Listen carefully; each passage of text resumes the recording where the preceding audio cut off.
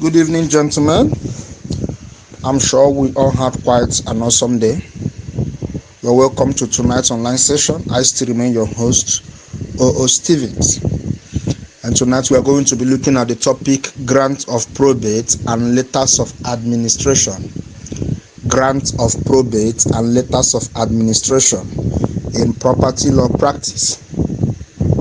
Now, probate is obtained when somebody made a will before his death.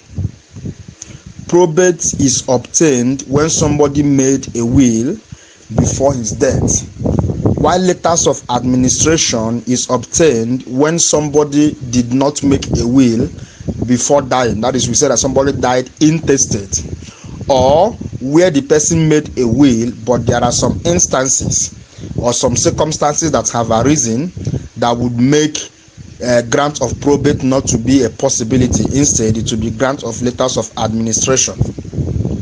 Now, as a way of introducing this course, when somebody makes a will, typically he is expected to go and lodge that will in a place known as probate registry. Lodging it is that the will is expected to be kept in the probate registry. Now, you know that typically when a will has been made, there are some persons appointed to execute that will. These persons appointed to execute the will are known as executors.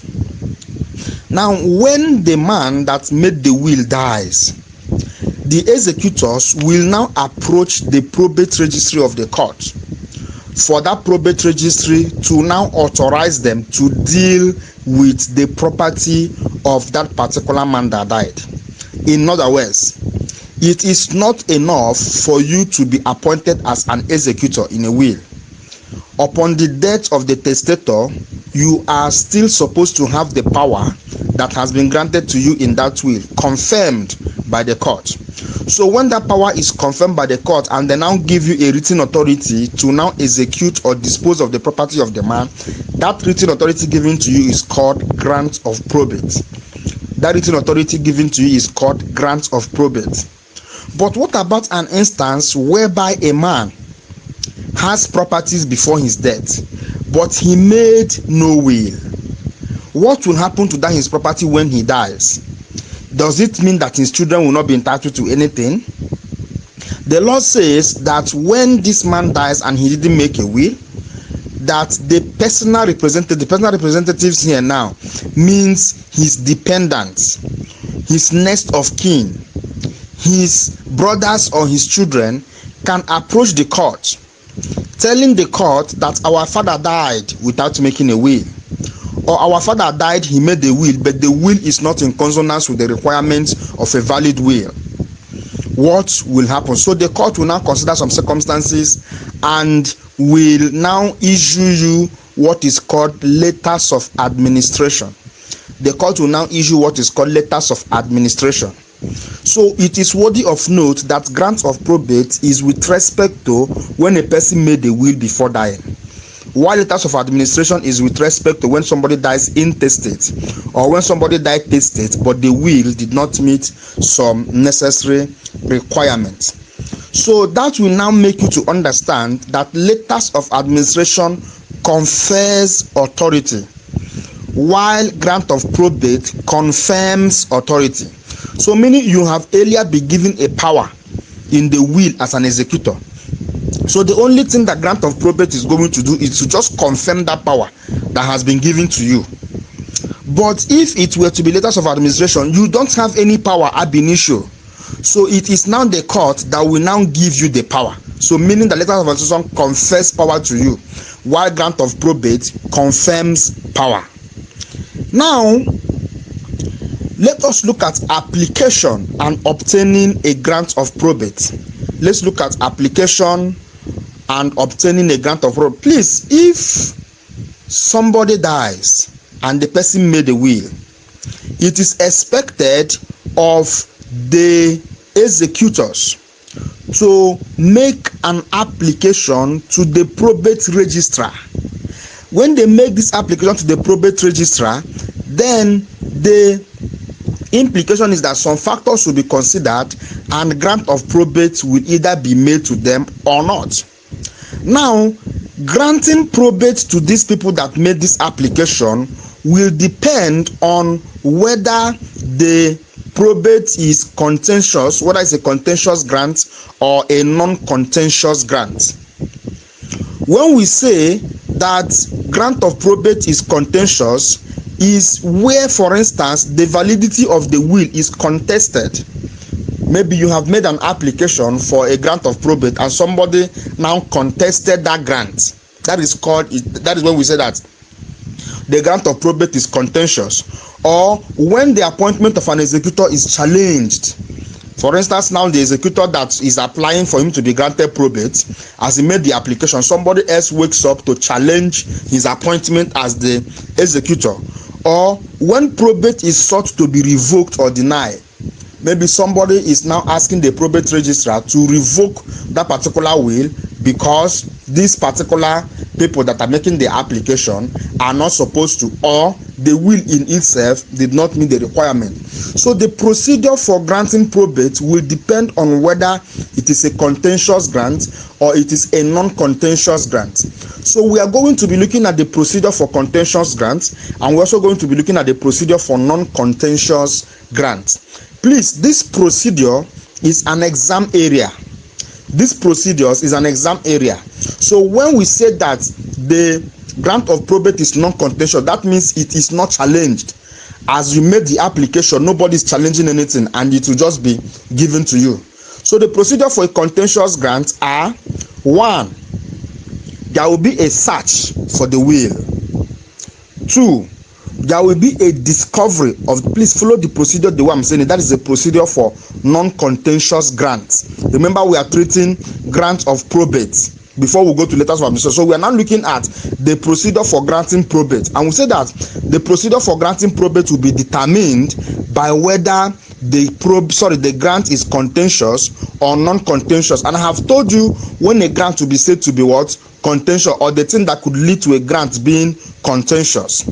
Now we are now taking down the procedure for non-contentious grant, and we say that number 1 procedure is there will be a search for the will. Now there will now be a discovery of the will. Search of the will means that the executors will now come to probate registry and the will be looked for. If the will is looked for, the will be found. That is search of the will and discovery of the will. Then after that, there will now be reading of the will. The will now be read. When the will has been discovered, it will now be read. So after the reading of the will, there will now be an application for grant of probate. So after the reading of the will, now you will now officially apply to the probate registrar for probate to be granted to you. So when there is an application for the grant of probate, there will now be a proof of the will. Proof of the will now means that you're going to show that you are indeed the person who is supposed to be granted this probate to. Once you show it, the next is going to be the grant of probate. The next is going to be the grant of probate. So let me now run it through the procedural steps that has to be taken in the grant of non-contentious, in non-contentious grants. We have 1, search for the will. We have 2, discovery of the will. We have 3, reading of the will. We have 4, application for grant of probate. We have 5, proof of the will, and we have 6, grant of probate. So that is the procedure for non-contentious grants. Now let us look at the procedure for contentious grants. Let's look at the procedure for contentious grants. 1 is search for the will. 2 is procedure for contentious grants. 1 is search for the will. 2 is discovery of the will. 3 is reading of the will. 4 is application for grant of probate. 5 is caveat is filed. I will explain. Caveat is filed. 6, citation is filed. 7, probate action is commenced. 8, grant is either made or refused depending on the probate action. So where I want to explain something now is what is caveat, what is citation, and what is probate. What is probate action? Now, for instance, when the executors have made an application for probate to be granted, if anybody challenges the application,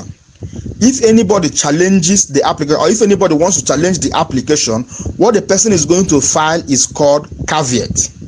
So it is caveat that makes a grant of probate to be contentious. It is the probate of caveat that makes the grant of probate to be what? Contentious. So caveat is just like challenging the application made by the applicant, who are more often than not the executors. Now, when this person who is challenging the application files the caveat, the applicant will now file what is called citation. Citation, you can also call it warning. This citation now would be requiring the challenger, or the person who is who filed the caveat. The person who filed the caveat is known as caveator. So the citation will now be requiring the caveator to state the nature of his interest in that particular property or in that particular will.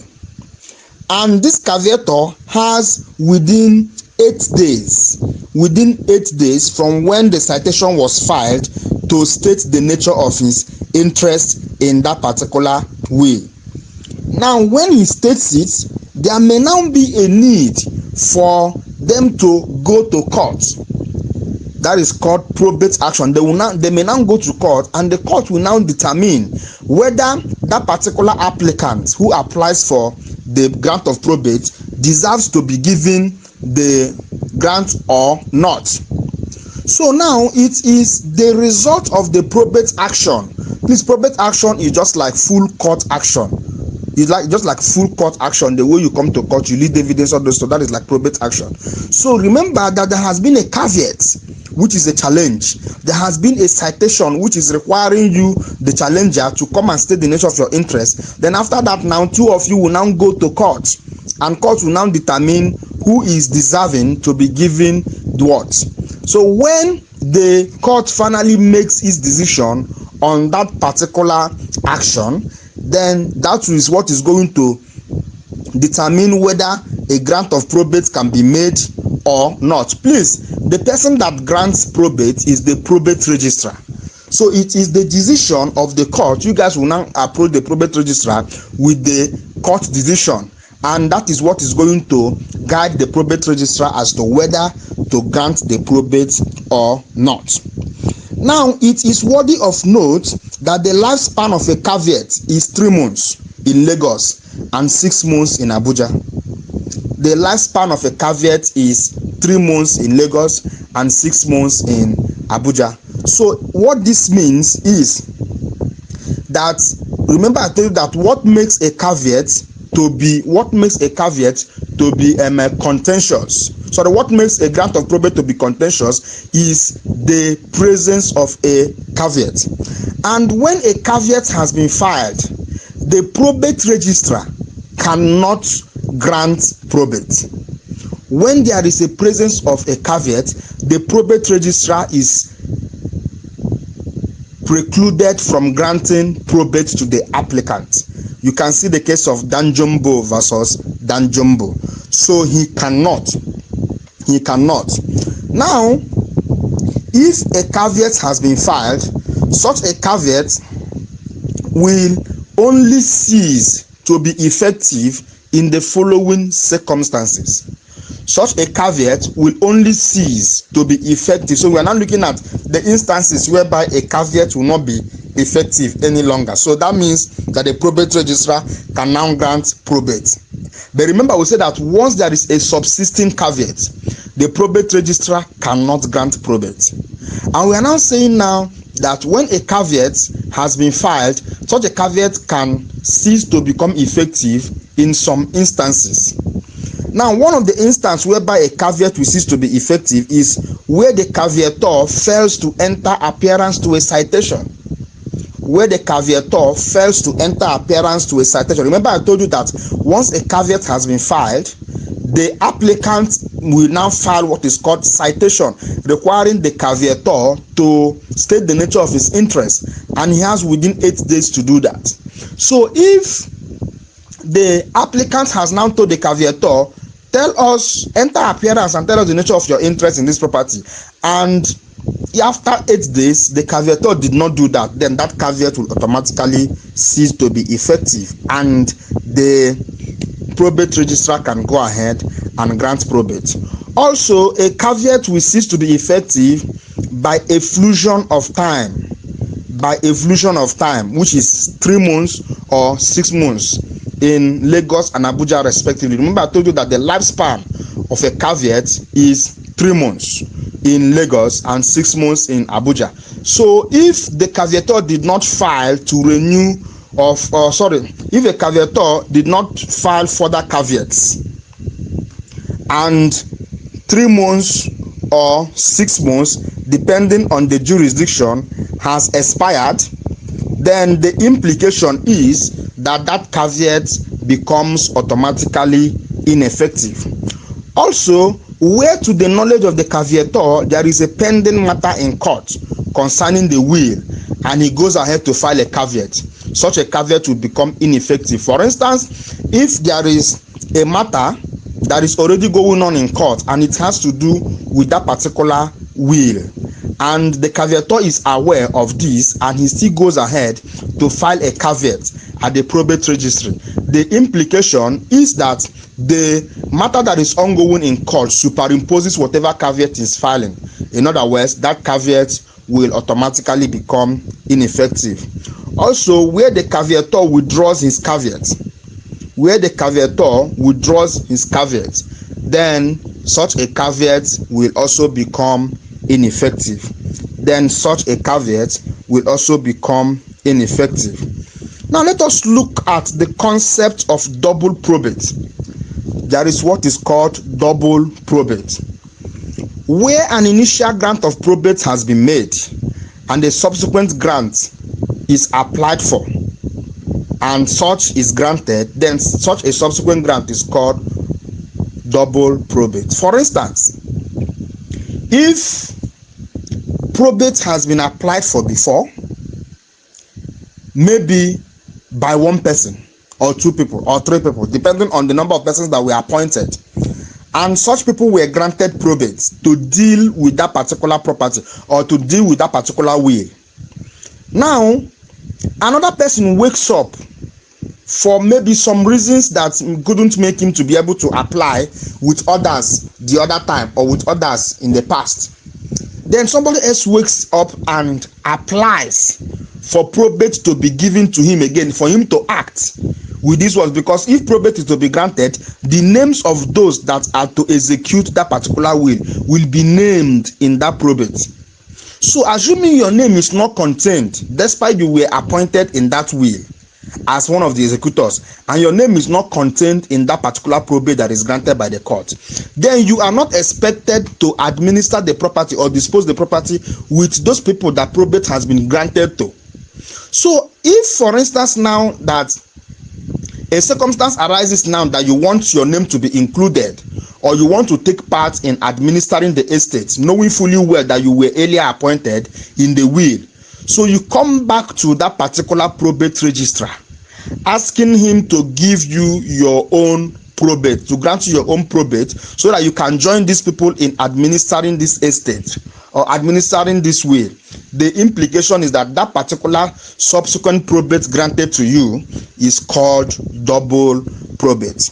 It is called double probate. And we are going to look at instances that can give rise to a need for a double probate.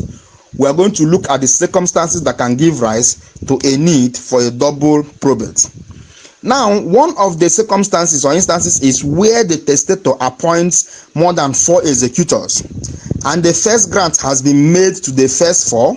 Then when a vacancy arises due to death or incapacity of one of the executors, the next executor in that order of priority can apply for a double probate. What are we talking about here? Probate is only granted to a maximum of 4 persons. Probate is only granted to a maximum of 4 persons. But the person who is making a will can choose to appoint about 7 persons as his executors. He can choose to appoint 7 persons. He can choose to appoint A, B, C, D, E, F, G as his executors in the will. Now, when these executors, upon the death of this man that has made the will, decided to go to apply for probate.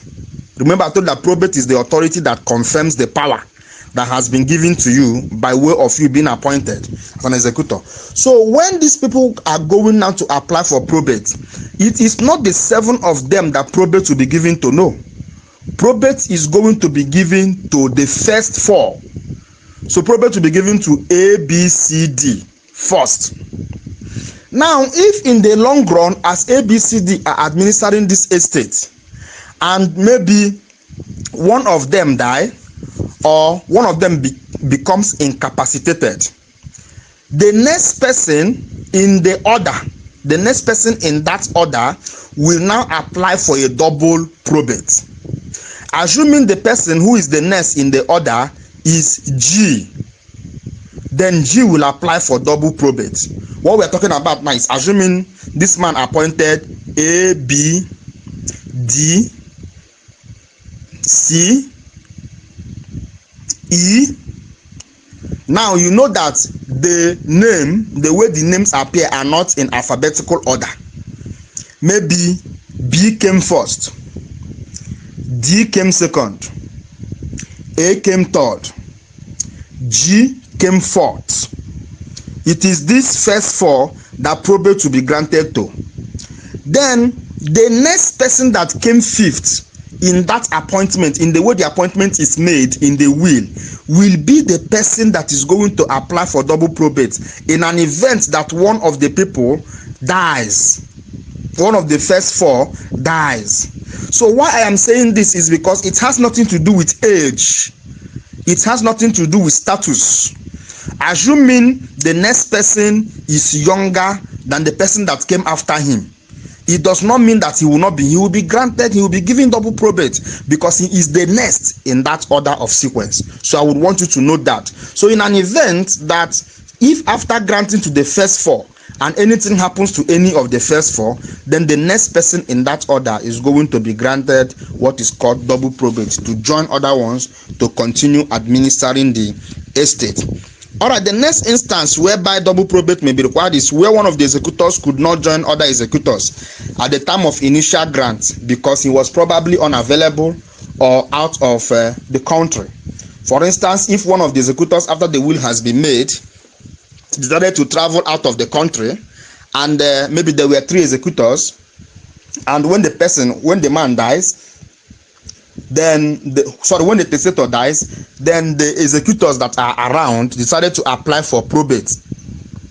Please, probate is always applied at the probate registry of the jurisdiction where the testator died, and he also has a property there. That is where probate is applied for. If the man is from maybe Enugu State and the man lived and died in Lagos, you don't come and apply for probate in Enugu State, you apply for probate in Lagos, so long as the man has properties in Lagos. So note that.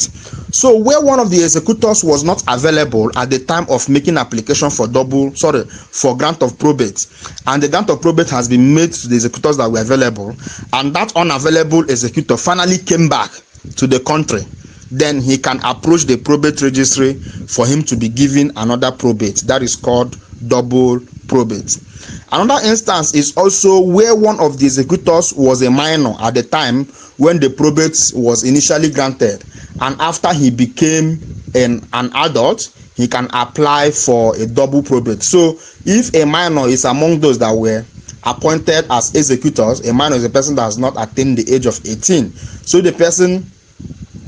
the person was appointed among the executors, and when the testator died, he is not yet of age, then those that were of age will now apply for grant of probate.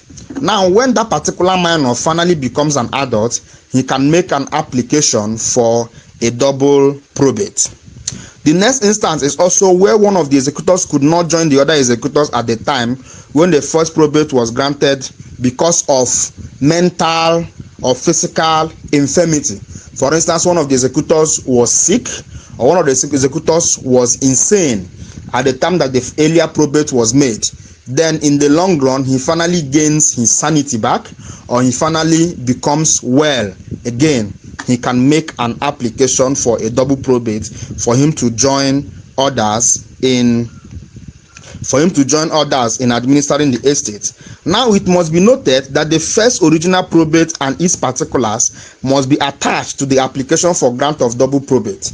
So if you are applying for double probate, you must also get the consent of those that probate has been earlier granted, so that they will give you a copy of that probate that was granted to them, so that you will attach it in your application, so that the probate registrar will know that is granting double probate with respect to this particular probate that has earlier been made. In other words, there cannot be a double probate except there was an earlier probate.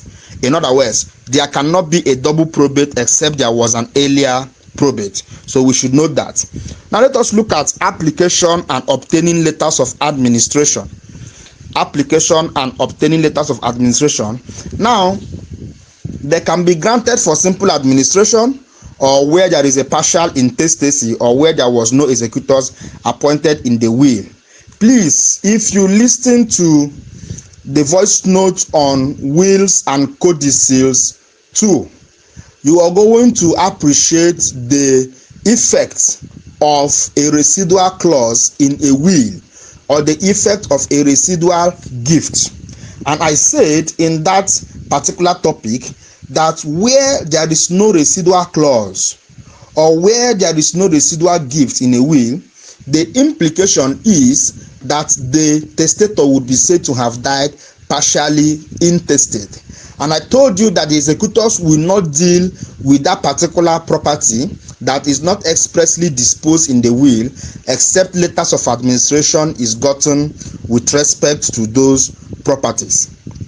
Now, we now said now that there can be what is called simple administration. Simple administration is where the man died without making a will at all.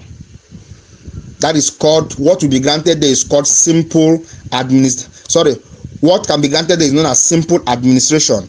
Or letters of administration can be granted where somebody died partially intestate. Partially intestate means that the person made the will, but there are some properties of his that he did not expressly dispose in the will. That was what brings about the residual clause that we discussed in wills and codicil 2. Or where the person made the will, but he did not appoint executors in the will. Where the person made the will, but he didn't appoint executors in the will. If you go to the voice note on wills and codicils 3, you will appreciate the effect of not having an appointment clause in a will, because we discussed the parts of a will, we discussed the importance of each part, and we discussed the effect of the absence of each of the parts. So listen very well on what we discussed in wills and codicils 3.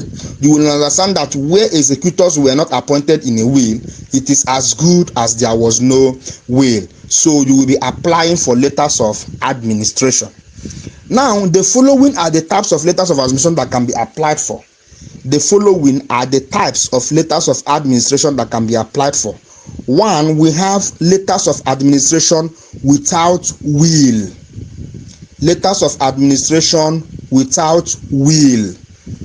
Now, what this means is that the man died without making a will. The man died wholly without a will. That is known as simple administration. Now, there is an order of the application.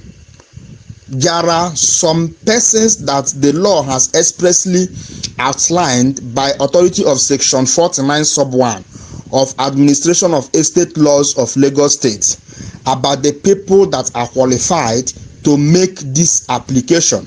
Because we have been talking about application, and now we know that letters of administration has to do with where nobody was appointed. And if there was no will and nobody was appointed, so who will now make this application? That should be a very reasonable. So who will now make this application? And we are now saying now that section 49 sub 1 of Administration of Estate Laws of Lagos State has laid down in sequence the persons that are suitable for making application for letters of administration, and we are going to outline them. Please, this is also an exam area. Now the number one person that can make application, but please, these people are going to apply in this sequence. So if you didn't see one, if you didn't see the first person, that is only when the second person will come in. If you didn't see the second person, that is only when the third person will come in. So as I'm going to outline it in this sequence, that is the sequence that they are going to make the application. So the number one person that will make the application is the surviving spouse or spouses of the deceased. So if it's a man that died, his wife or wives. If it's a woman that died, her husband or husbands. Yes, there is something called polyandry, so it's allowed. So a husband or husbands can make application for letters of administration. Now the next set of people that can make application for letters of administration are the children of the deceased. The children of the man that died can make an application. Now the next that can make application are the parents of the man that died. The parents of the man that died can make application for letters of administration. Now the next that can make application are the brothers or sisters of the deceased of full blood, or the children of such brother or sister who died in the lifetime of the deceased. What are we talking about here? If we are from the same womb, you are my brother or you are my sister, we are from the same womb, and if my parents cannot make application for that, if I cannot make application for that, if my parents cannot make application for that, if your children cannot make application for that, if your husband or wife cannot make application for that, then me, I can make application for letters of administration with respect to your properties. But assuming I died, and I died when you were still alive, then my children can do that. That is what we mean by brothers or sisters of the deceased of full blood, or the children of such brother or sister. So my children who I gave birth to and I died before you can now make application for that.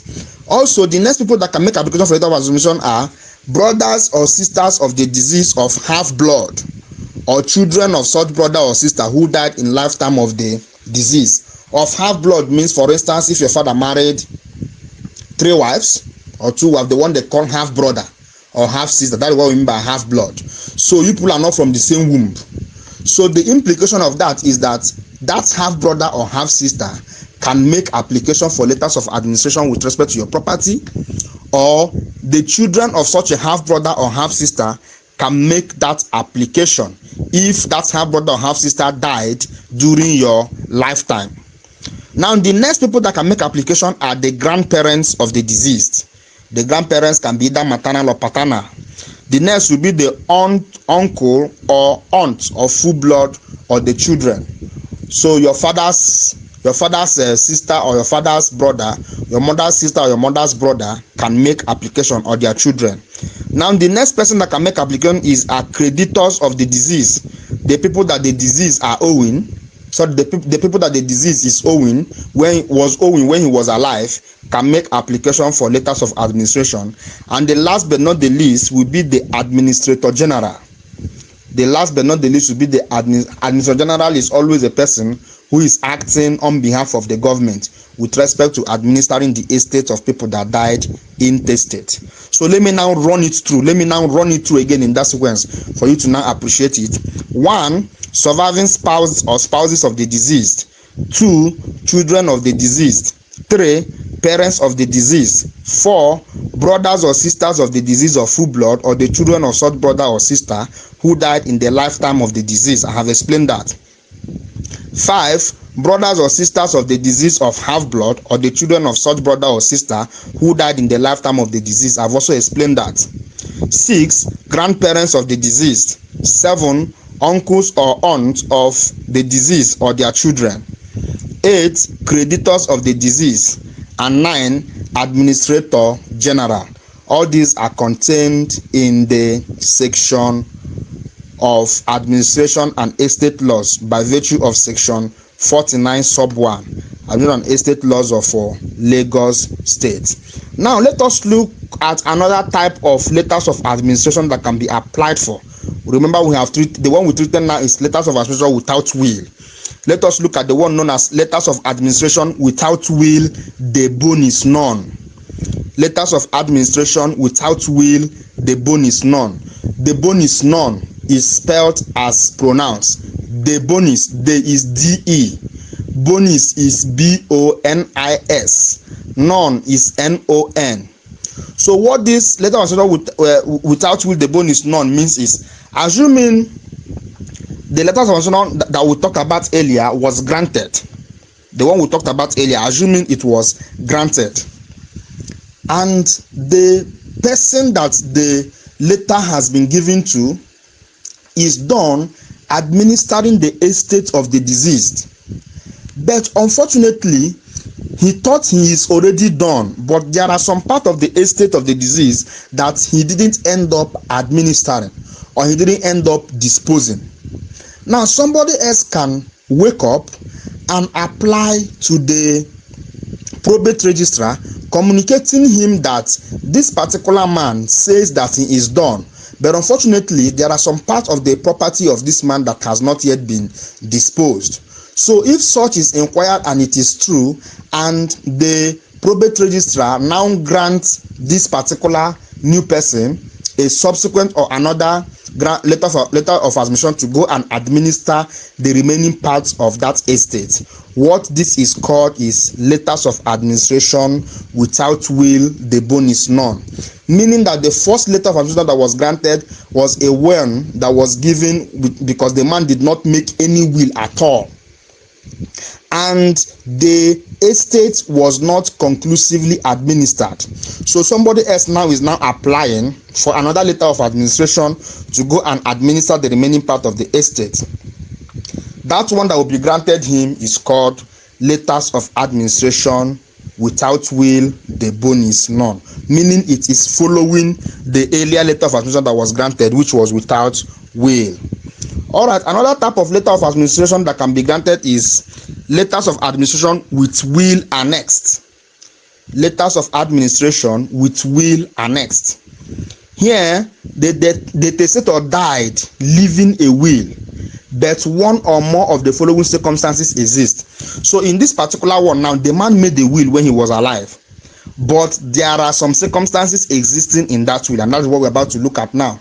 Because we have said earlier that that grant of probate is made when a will, grant of probate is given when a will was made. So what are we talking about now? That there can still be letters of admission granted even when a will was made.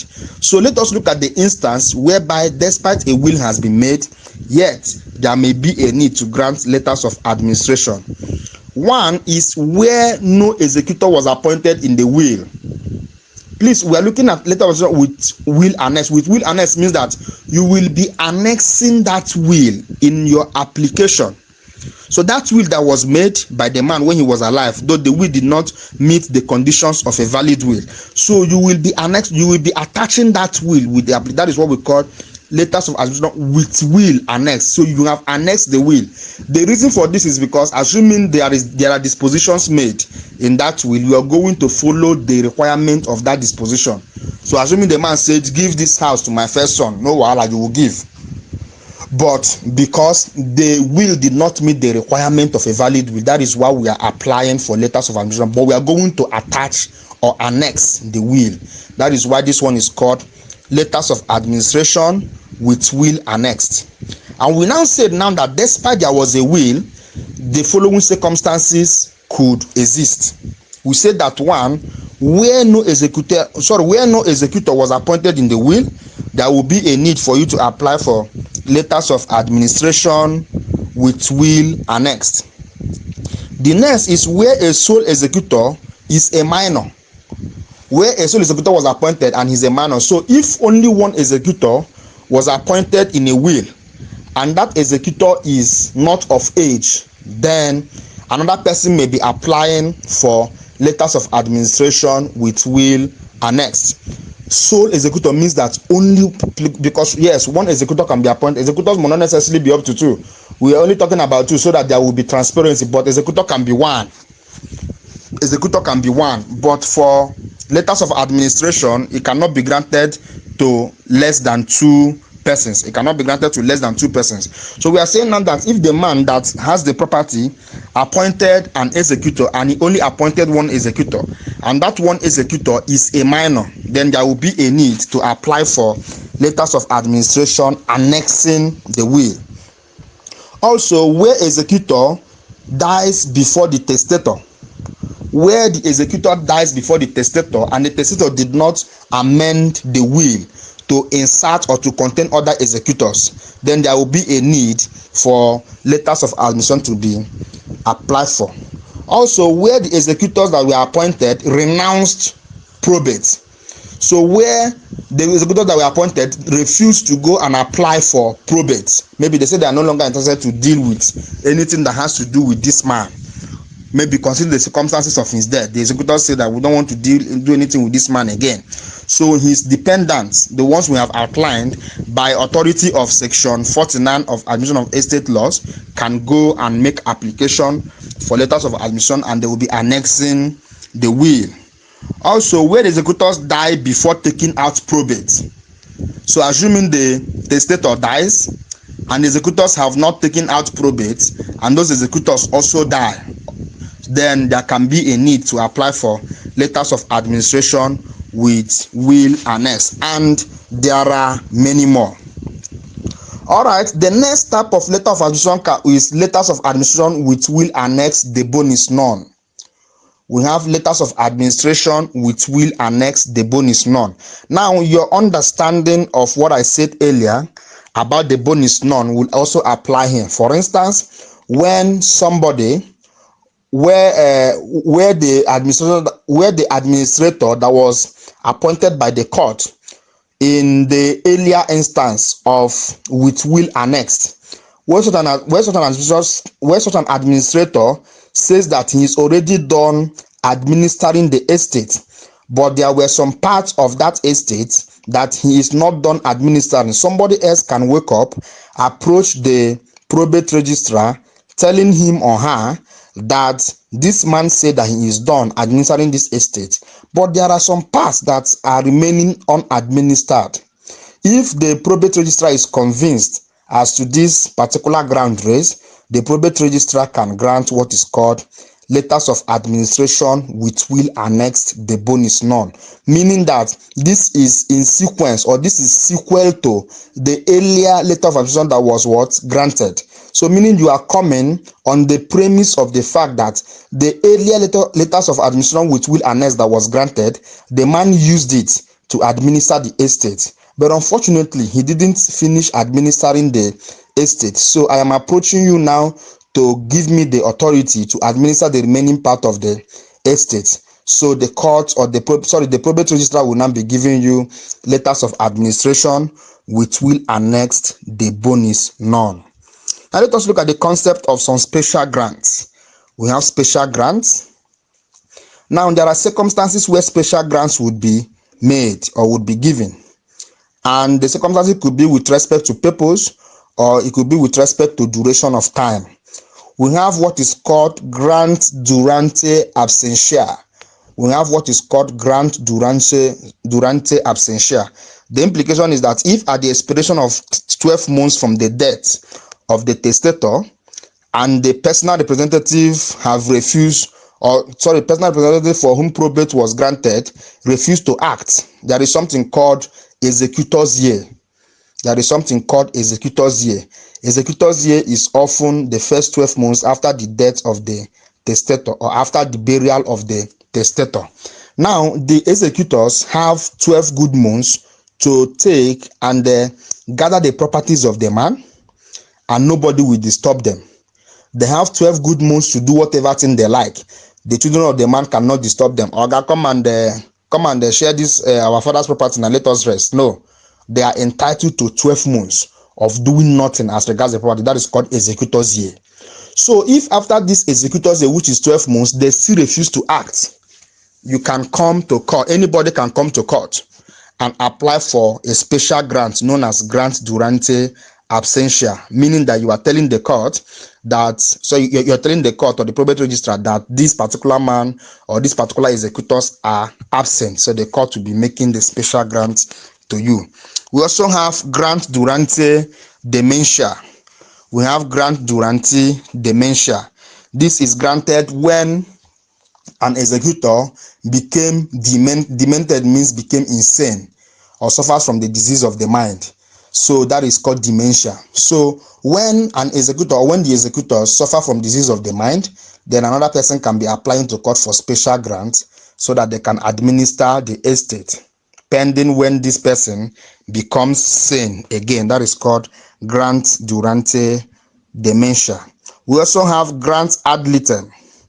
We also have grant ad litem, where there is a litigation against the estate of the deceased and such is unrepresented. The court can appoint a person to represent the estate in litigation to continue the proceeding.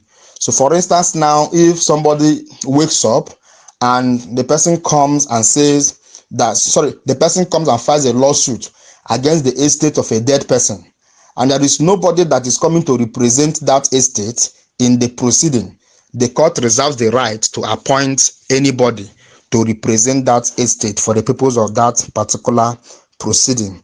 We have grant pendent lite. Grant pendent lite. Grant pendent lite. Pendent is spelled Pendente.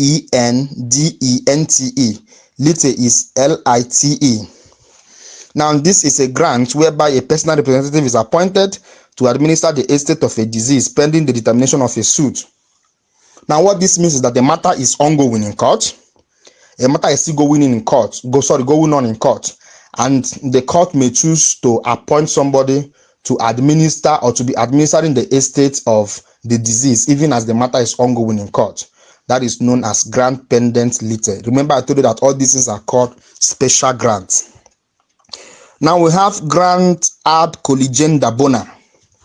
We have grant ad colligenda bona. This one has to do with, for instance, if the property or the estate is a perishable property and the personal representative of the deceased wants to administer that perishable property, pending, maybe if there is a lawsuit, pending when the lawsuit will be determined.